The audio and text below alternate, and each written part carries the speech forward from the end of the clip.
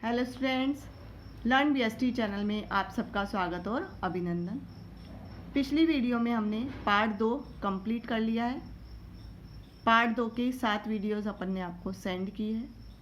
इस वीडियो में हम पार्ट 2 के लघु उत्तरीय प्रश्नोत्तर को सॉल्व करेंगे। सबसे पहला है, संयुक्त हिंदू परिवार व्यवसाय में नाबालिग की स्थिति की साझेदारी फर्म में उसकी स्थिति से तुलना की जाए। अर्थात संयुक्त हिंदू परिवार में नाबालिग की क्या स्थिति है और साझेदारी फर्म की क्या स्थिति है, उसकी तुलना करने के लिए पूछा गया है। आंसर है, संयुक्त हिंदू परिवार व्यवसाय में कोई भी बालक जो उस परिवार विशेष में जन्म लेता है, जन्म लेते ही वही उस व्यवसाय में हिस्सेदार बन जाता है। यानी जैसे उसका जन्म होता है व्यवसाय में हिस्सेदार बन जाता है, किसी प्रकार के अनुबंध की आवश्यकता नहीं है।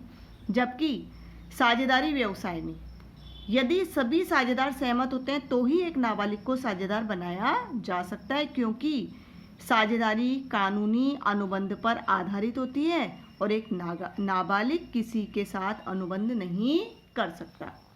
नेक्स्ट है, यदि पंजीयन ऐच्छिक है तो साझेदारी फर्म स्वयं को पंजीकृत कराने के लिए वैधानिक औपचारिकताओं को पूरा करने के लिए क्यों इच्छुक रहती है। ये पूछा गया है। हमने कहा कि साझेदारी फर्म का पंजीयन ऐच्छिक है, कराया भी जा सकता है नहीं भी, लेकिन जब ऐच्छिक है तब भी क्यों कानूनी औपचारिकताओं पूरा करने के लिए साझेदार इच्छुक होते हैं। आंसर समझिए, साझेदारी फर्म का पंजीयन कराना ऐच्छिक तो होता है, परंतु जिस फर्म का पंजीयन नहीं हुआ वह कई लाभों से वंचित रह जाती है। जैसे एक अपंजीकृत फर्म का साझेदार अपनी फर्म पर या अपने किसी साझेदार पर मुकदमा नहीं कर सकता, फर्म अन्य पक्षों पर मुकदमा नहीं कर सकती आदि। इस प्रकार कुछ ऐसे विशेष चीज़ें हैं जिन्हें वह नहीं कर सकती, इसीलिए फर्म का पंजीयन ऐच्छिक होने के पश्चात भी फर्म का पंजीयन करवाया जाता है। नेक्स्ट है, एक निजी कंपनी को उपलब्ध महत्वपूर्ण सुविधाओं को बताइए। यानी एक निजी कंपनी को कौन कौन सी महत्वपूर्ण सुविधाएं मिलती है जो एक सार्वजनिक कंपनी को नहीं मिलती, ये भी हो सकता है। तो हमसे पूछा गया है कि कौन कौन सी महत्वपूर्ण सुविधाएं। नंबर 1, निर्माण के लिए न्यूनतम 2 सदस्य ही आवश्यक है। दूसरा, प्रविवरण पत्र जारी करने की आवश्यकता ही नहीं है। तीसरा, न्यूनतम अभिदान की राशि प्राप्त किए बिना अंशों का आवंटन किया जा सकता है। चौथा, समामिलन प्रमाण पत्र प्राप्त होते ही व्यवसाय प्रारंभ कर सकती है। और पांचवा, 2 निदेशक होने चाहिए। छठा, सदस्यों की अनुक्रमणिका, यानी उसकी जो लिस्ट है सदस्यों की, वो सदस्यों की अनुक्रमणिका रखना आवश्यक नहीं है। नेक्स्ट, निदेशकों को ऋण देने के लिए किसी भी प्रकार का प्रतिबंध नहीं है, यानी किसी से पूछने की आवश्यकता नहीं है, वह अपने स्वयं ही डिसीजन ले सकते हैं कि इनको ऋण दिया जा सकता है। नेक्स्ट है, सहकारी समिति किस प्रकार जनतांत्रिक और धर्मनिरपेक्षता का आदर्श प्रस्तुत कर सकती है। हम सब जानते हैं कि सहकारी समिति की स्थापना जो की जाती है वो मध्यस्थों के शोषण से बचाने के लिए और सदस्यों के कल्याण के लिए की जाती है। इसका प्रबंध समिति द्वारा निर्णय होता है, यानी इसमें प्रबंध समिति का गठन किया जाता है और यही प्रबंध समिति के सदस्य वोट द्वारा चुने जाते हैं। प्रत्येक सदस्य को एक ही वोट देने का अधिकार है, चाहे उसने कितनी ही पूंजी लगाई हो, मगर एक व्यक्ति एक वोट के सिद्धांत पर आधारित है और इसके सदस्य ही प्रबंध समिति के सदस्यों को वोट द्वारा चुनते हैं। इसकी सदस्यता भी खुली होती है, क्योंकि किसी भी जाति, धर्म, लिंग का व्यक्ति बिना किसी मतभेद के इसका सदस्य बन सकता है। नेक्स्ट है, प्रदर्शन द्वारा साझेदार का अर्थ क्या है।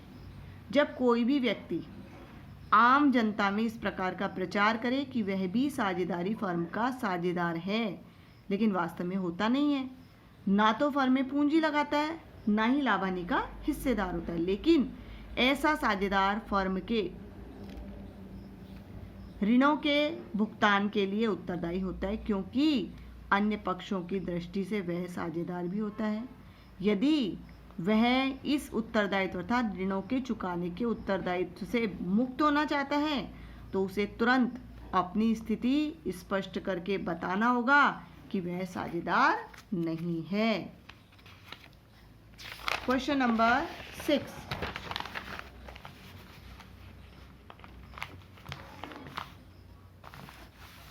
50 शब्दों में संक्षिप्त टिप्पणी कीजिए। कर्ता, सार मुद्रा, कृत्रिम व्यक्ति और शाश्वत उत्तराधिकार। सबसे पहले हम कर्ता पर पढ़ते हैं। संयुक्त हिंदू परिवार व्यवसाय में व्यवसाय का प्रबंध और संचालन परिवार के मुखिया या वरिष्ठतम सदस्य द्वारा किया जाता है और वही कहलाता है कर्ता। वही व्यवसाय का सर्वे सर्वा होता है, अर्थात उसकी अनुमति के बिना कोई भी अनुबंध या समझौता नहीं कर सकता। नेक्स्ट, सार मुद्रा। चूंकि कंपनी का निर्माण किसके द्वारा, कानून या विधान के द्वारा होता है और कंपनी क्या बन जाती है, कृत्रिम व्यक्ति, जिस कारण एक प्राकृतिक व्यक्ति की तरह अपने स्वयं के हाथों से हस्ताक्षर नहीं कर सकती। इसीलिए विधान के प्रत्येक कंपनी की एक, यानी विधान के अनुसार प्रत्येक कंपनी की एक सार मुद्रा होती है जिस पर कंपनी का नाम खुदा होता है।